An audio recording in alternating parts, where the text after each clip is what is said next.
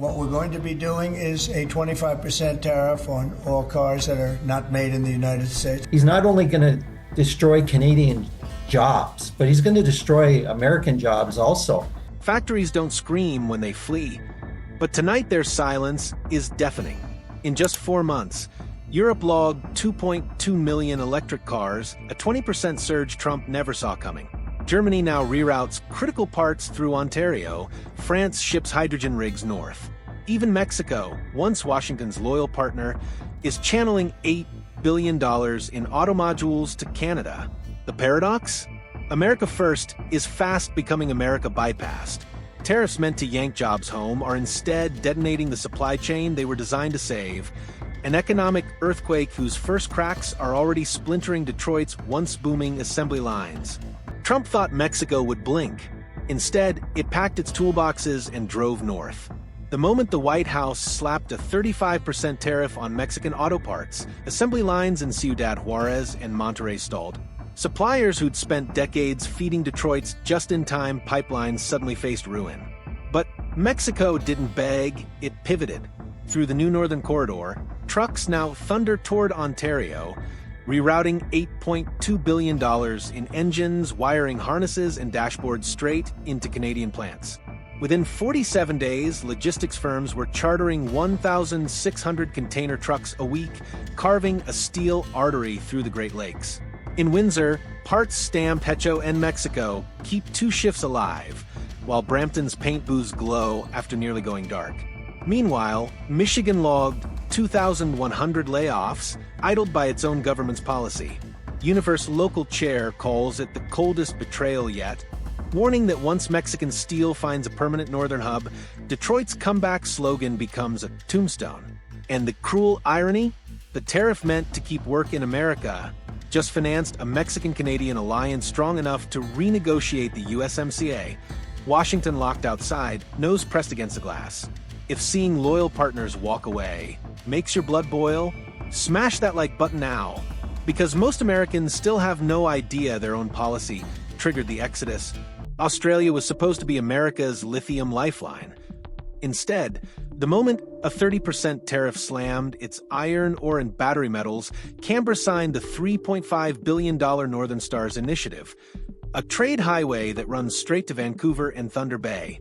Bulk carriers now unload, or for Ontario's steel mills, while rail cars whisk lithium carbonate to Welland's EV bus plant.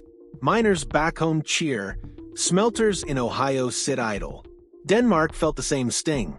A 30% tax on wind turbine components shredded order books overnight.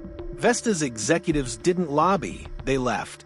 In April, Copenhagen inked a $1.5 billion turbine accord with Canada. Nova Scotia's foggy cliffs are suddenly sprouting Danish rotors, and Saskatchewan's prairies hum as container trucks roll in. 900 Danish jobs rescued, 100 fresh Canadian tech posts created. While U.S. coastal projects freeze in legal limbo, here's the twist Washington never predicted. Every ton of Aussie lithium and every Danish blade crossing the Canadian border still aims, eventually, at American consumers. Only now the margin and the leverage belong to Ottawa. The U.S. has managed to slap a toll on its own supply chain while handing competitors a northern detour with 0 strings attached. Trump called the tariffs a power move.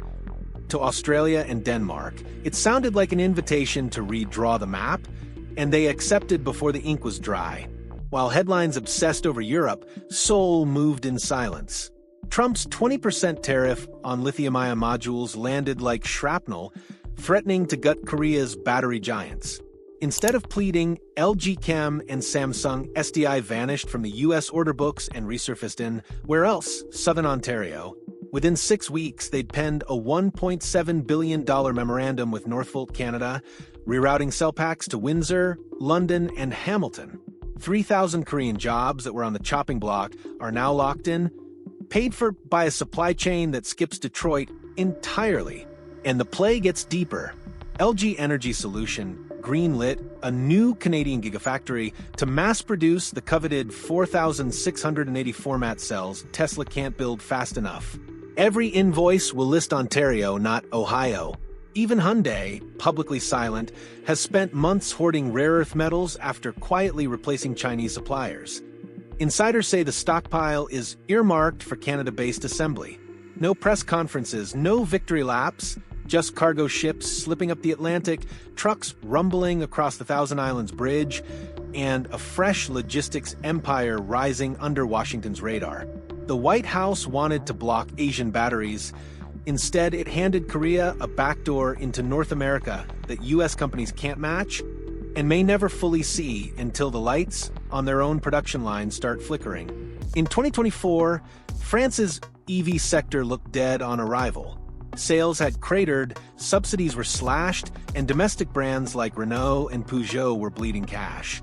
But in 2025, something unexpected happened, and it didn't involve Washington.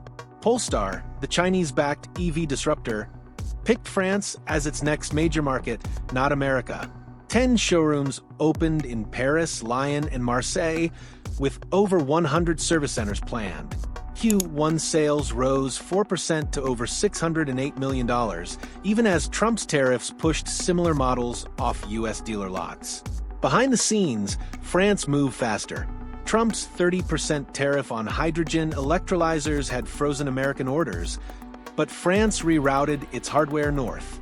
A $1.2 billion deal with Canada is now training Canadian engineers to build and install French tech, powering a 4.5 gigawatt hydrogen grid by 2030.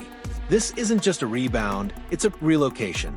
France didn't just save its EV future, it exported it to Canada, where it now bypasses the United States entirely.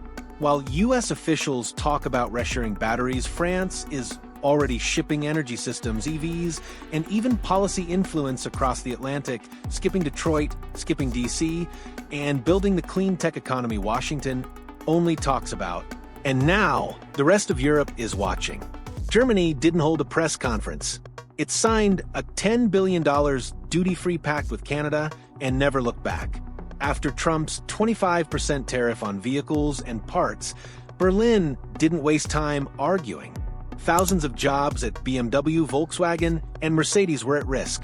So German firms rerouted critical components straight to Canadian plants.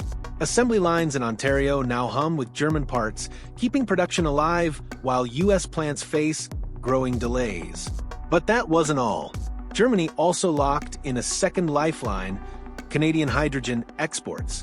With clean energy goals under pressure and Russian gas off the table, Berlin secured long-term supply from Canada to power its industrial base. The irony? Germany, once a vocal supporter of the EU's 2035 combustion ban, is now lobbying to weaken it because it knows it can't go green and survive America's tariffs at the same time. This isn't just economic strategy, it's self-preservation. Germany's new supply chain runs north, not west. It keeps the lights on in Stuttgart and jobs alive in Leipzig. And as the U.S. wallows in protectionism, Germany has quietly chosen a new partner, Canada, not America. What started as a tariff war is turning into a realignment, and Berlin just made its move. This isn't just a trade shift, it's a global reshuffle, and America is not leading it. Germany rerouted billions. France exported its EV future. Mexico, Australia, Korea, and Denmark all found new lifelines through Canada. Trump's tariffs were meant to protect, but instead, they triggered an exodus of jobs, deals, and trust. What's left behind? Empty plants, broken alliances, and a growing sense that Washington is watching the world move on without it. Because sometimes, it's not your enemies who isolate you. It's your own decisions.